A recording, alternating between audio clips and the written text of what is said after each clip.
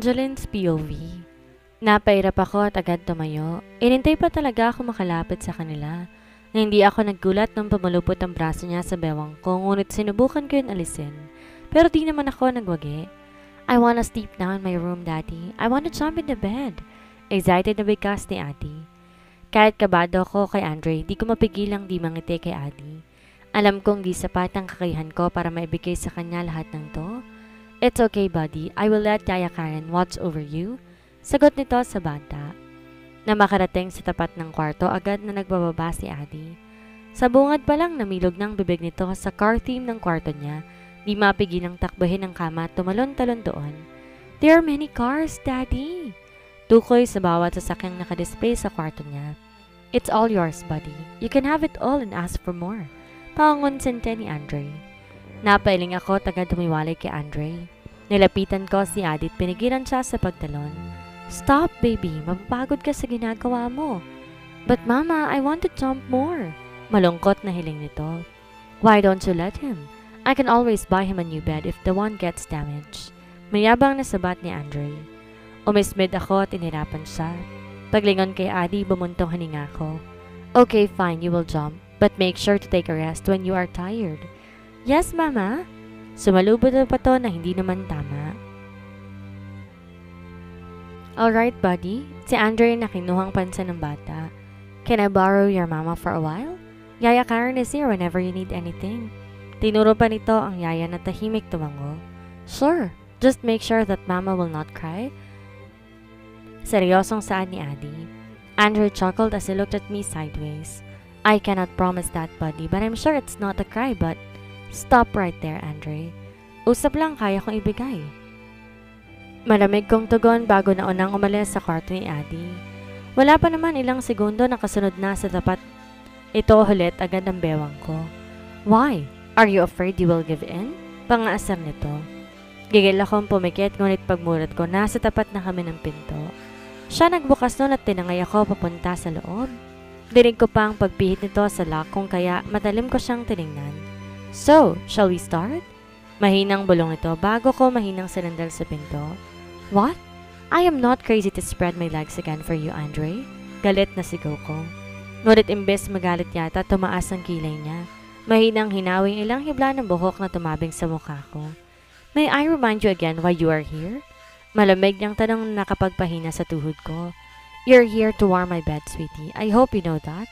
Bulong ito sa akin. Ngumisi ito na wala na ako masabi at di nagdalawang isip na sakupin ang labi ko. Marahas ko siyang tinulak matapos ang ginawa nito. Agad ko rin pinunasan labi ko at masama siyang tiningnan. How dare you? He smirked coolly and even pouted a little. Ano bang mali sa ginawa ko? Ganoon naman talagang gusto ko, Miss Dimasubil. This is a part of your work description. Mas malala pa nga dyan ang inaasahan kong gagawin mo. Napaiwas ako ng tingin at naikuyam ang kamao. Oo nga pala't na isang lakong kaluluwa ko sa isang kampo ni Satanas. At ganyan wala akong magagawa kundi makipaglaro sa apoy. Napabuntong hininga ako bago siya muling hinarap. I know, Master. So, what do you want me to do? Magtanggal ng suot? Malamig kong tanong. Parahan kong binaba ang strap ng damit ko na ikinadilim ng tingin nito. Stop! He voiced out. Napailing to at walang pasabing tinaas ang strap ng damit ko. It's too early, sweetie. The sun is still up. Bulong nito bagong umisi. Umawang ang labi ko at di siya makapaniwalang tiningnan. Totoo bang tumatanggi siya? Ngunit mas nitigilan ako sa sunod itong sinabi.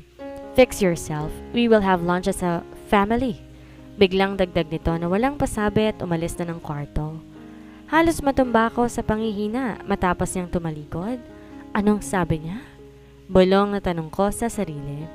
As a family, is he kidding me? Nang mahimasmasan agad kong iniayos ang sarili. Para kay Adi, ang lahat ng to kahit alam kong kahinaan at paglaban ay walang lugar dito. Agad kong inihanda ang ngiti ko. Natapos niyang tumalikod. Anong sabi niya? Nang marinig ko ang boses ni Adi, nasa labas to at kaharap si Andre na mukhang naaaliw sa kanya. Really? So you want a truck? How big? I will buy you one. Pangako pa nito. A big one, Daddy. And teach me how to drive. Masiglang sagot nito bago tumalon-talon. Napailing ako at agad pinigilan si Adi. You're too young to drive a car, baby. Wait till you grow old. It's okay. I will teach him. Putol ni Andre sa mga sasabihin ko. Maybe we can start tomorrow, kiddo? Pali nito sa bata. Kumawala sa kamay ko si Adi at agad na nagpabuhat sa lalaking tinamaan ng magaling. Hindi ako nito nilingon or binati man lamang na siyang kinahapli ng puso ko. Daddy, why don't we try later? I will watch you drive. Suggestion nito. Bahagyang tumawa si Andre bago siya lumingon sa hagdanan at iniwan akong nakatulala. Parang minartilyo ang puso ko na talagang hindi ako pinansin ni Adi kahit na nasa harap nga lamang ako. Naiintindihan ko naman na masaya ito sa ama pero nang nakalimutan ako nito bigla, namimigat ang damdamin ko kaya't pilit kong sinumunod sa kanila. Diretso sa ng kusina kung kaya't tahimik akong sumunod. So many food, Daddy? Can I taste this all? Si Adi na nagpababa na at agad umupo sa isang upuan. Of course, they're all yours. Ani Andre pagkatapos umupo sa bakanting upuan sa tabi ni Adi. Napairap ako na wala sa oras. Tahimik lang na umupo sa kabilang upuan. Napakalayo ni Adi sa tabi ko at alam ko, imposible ko siyang masikaso kung sobrang dapat itong mesa. Napatitig ako sa mga kamay ni Andre at sinundan ng tingin ang mga iyon matapos makitang pinagsandok niya ng kanin si Adi. Thank you, Daddy. Give Mama some too. Biglang sagot nito. Namilog ang mata ko at natuwa na sa wakas. Naalala na nitong kasama niya ako. Yun nga lang, hindi ako natutuwa sa request nito. Please, Daddy. It seems like Mama is upset. Ngumuso to at bahagyang nagkako. Mas lalo yatang namilog ang mata ko at kunwaring nagsimula na lang sa pagsandok ng pagkain. Lalo ko na-offend matapos marinig ang mahinang halakak ni Andre. Nakaka-insulto. You see? Your mama is good enough to get her own food. She doesn't need a man. Sarkasikong bigkas nito na ikinalito ko. Sumimangot pa ito at kalaunan, finokos ang pagpapakain kay Adi. Pinagkibit balikat ko at sinubukang hindi pansinin. Hindi rin ako umaasa na magiging sweet, lalo na't noon pa may ganyan na kasama ang ugali ni Andre. What about my grandpa? Where is he? Mama said I will meet him now. Inosenteng tanong ni Adi. Kita ko na wala ang ngiti sa labi ni Andre at napaiwas ang tingin. Let's just say that he is busy, buddy. Don't worry, you will meet him soon. Ewan ko lang kung ako lang, ngunit nang ibabaw ang kalamigan sa boses niya at tila ayaw pag-usapan ng matanda. Dahil doon umikot ang tingin ko sa paligid at pilit na hinahanap kahit anino man lamang nito. Ang kaso, wala. Malinis ang paligid at walang bakas ng matandang Montero. Okay, but I still have one more question. Daddy, seryosong saad ng bata. Imbes na sa paligid, nakuha ni Adi ang atensyon ko. Nahuli ko na para sa akin ang tingin nito at tila may iniisip. What is it? You want another car? A toy? Surely I will give you more of those. Tell me your question, honestly, so I would know what I will do. This is a serious matter, Daddy. Seryoso pa rin sagot ni Adi. Ayoko man na tuluyan akong natigil sa pagnguya. Pinaglipat-lipat sa dalawa ang tingin ko. Seriously, okay, I will listen very carefully. Pagkaraan, bahagya itong nalungkot. Does my mama stay here by my side? Tanong nito na nakapagpatigil kay Andre. Why? Kinilig ni Adi ang muka at mabilis akong sinulipan. Cause I don't want to be away from my mama. Can you please let her stay too? Please, Daddy, don't push mama away. Malungkot na pakiusap ni Adi. Di ko na alam paano pa magsasalita. Nagawa kong sulipan si Andre ngunit ang tingin ko ay na kay Adi. Di ko mabasa ang reaksyon niya ngunit kita ko ang bahagyang pag-igting ng kanyang panga. Kala ko naman dito na siya mananatili ngunit mukhang iba ang desisyon nito. Sa tagal ng sagot nito, nagsalubong na ang kiling ni Adi at napatayo na. If you won't let my mama be with me, then we're leaving. Of course, she will leave here too. She'll be with you. Wala naman akong sinabing hindi siya dito mananatili. Agap nito sa balak ni Adi. Kumibit balikat to pagkatapos binigyan ako ng kindat na kinakunot ng noo ko. Hindi ko alam kung anong binabalak ni Adi, ngunit natutuwa akong hindi naman pala ako nito inabandona, hindi gaya kanina. I have lots of rules, Daddy. I hope you know that just because I said I like it there doesn't mean we're completely good. There is more you need to comply with before we're finally okay? Seryosong saad ni Adi na pareho naming kinagulat. Ni Andre, anong pinagsasabi mo, anak? Naguguluhan kong tanong sa kanya. It's not you, Mama. It's Daddy. He needs to promise me things, and if he forgets to do them, I will never accept him as my father. Tila simpleng bagay na sagot nito. Di ko alam sa nagmanang anak ko, ngulit na pangisi ako. Maybe because Adi wants security that Andre will never forsake us. Marahang nilapag ni Andre ang kutsara sa plato at tinarap na mabuti si Adi. Seryosong tiningnan na hindi naman kinatinag ng anak ko. What is it, buddy? I'm all in. Anito. Kiniling pa ni Adi ang mukha niya, tinitigan din ng ama. You were away for so many years, and when you came back, I saw that you didn't like my mama, and I hate you for that. Malamig nitong panimula. But since we're here and we will live here, I just want to make sure you not hurt my mama. No scratch, no wound. Di ako paniwalang narinig ko yun sa 5 taong gulang lang. Di ko alam na ganun to mag-isip. I know that he's clever, but I didn't know he could point things like this out. I wanted to promise that you will treat my mama right, because if not, I will reject you as my father. I saw how Andrew's eyes squinted. Am I that devil into your eyes? Di makapaniwalang tanong nito. Ngunit nagulat ako matapos siyang kunutan ng noo ni Adi. That's not the answer that I want to hear, Daddy.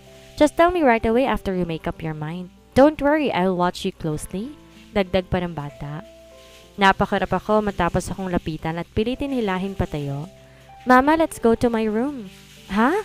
Sandali lang naman, anak. Pigil ko sa kanya, ngunit wala ako nagawa matapos ako nitong hilahin. Sinulyapan ko na lang si Andre na nakayoko at sapo ang noo niya. Taste that, Andre? Nahinang bulong ko. Walang duda anak nga niya si Adi. Hindi to makakilos mula sa kinaupuan. Dumiretso kami ni Adi sa kwarto niya at pagdating doon, tahimik kinuha ang laroang sasakyan. Di naman ginalaw at tinitigan lang. Maliit ako napanguso matapos makita. Tila malalim ang iniisip nito. Am I a bad boy, Mama? Ang bad ko po ba kay Daddy? Malungkot nitong tanong. Napabuntong hininga ko at agad siyang kinabig para mahaplos ang mukha niya. Marahan ko pang hinagka ng noo nito. Kapag gantong mabigat ang pakiramdam ni Adi, maging ako rin nalulungkot. There's nothing wrong about saying what you want, but I think it's not appropriate to force someone to do what you want. Ganito na lang, hayaan natin ang daddy mong magkusa sa mga gusto ko. Kapag walang development, nasa sayo kung gusto mong umalis tayo rito o mananatili. Pilit akong ngumiti sa kanya pagkatapos sabihin yon upang gumaan ang pakiramdam niya. Pero ayoko pong umalis sa tabi ni daddy.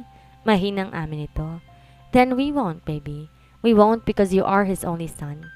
Ngayon na pag-isip ko na karapatan ni Ading makasamang ama niya.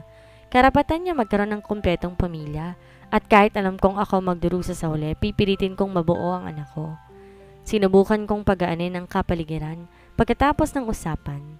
Mabuti na lang bumalik ang sigla niya. Natuwa sa mga sasakyan at halos pagod sa kalalaro.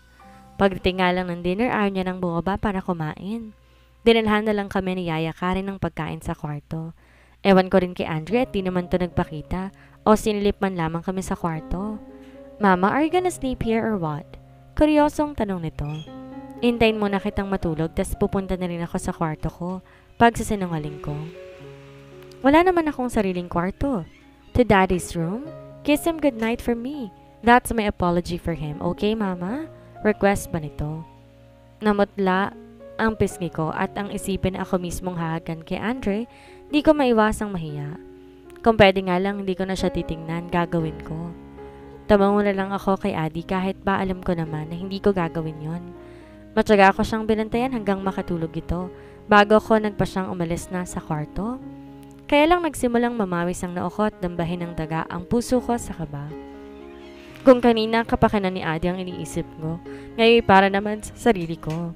Alam ko ang likaw ng isip ni Andre at alam ko kung ano siya sa kama. Kung pwedeng wag nang tumuloy sa master's bedroom, ginawa ko na. Kaso nakabang to sa pintuan. Prenteng nakasandal sa hamba habang nakahalok kip-kip. Tumikim ako at sinubukan dire-diretso sa loob ng kwarto, ngunit nagawa niyang pigilan ang braso ko. Inaantok na ako, Andre. Sinubukan kong bawiin ang braso ko, ngunit di naman ako nagwagi. We will sleep later. But for now, gusto kong hagkan ng sweetie ko na mamaos na bulong nito. Kahit bahagya ako nadala sa bolsas niya, pilit kong kinunot ang noo.